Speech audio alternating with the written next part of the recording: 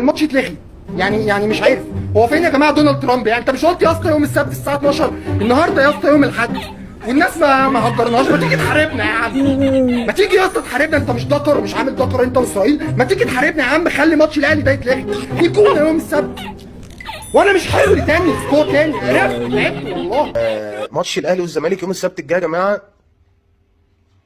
احنا عايزين مرتضى منصور يرجع يقول مش لاعب انا في الساعه دي، مش لاعب، مش هلعب في الساعه دي. احنا محتاجينك ترجع تاني الماتش ده بس وامشي تاني.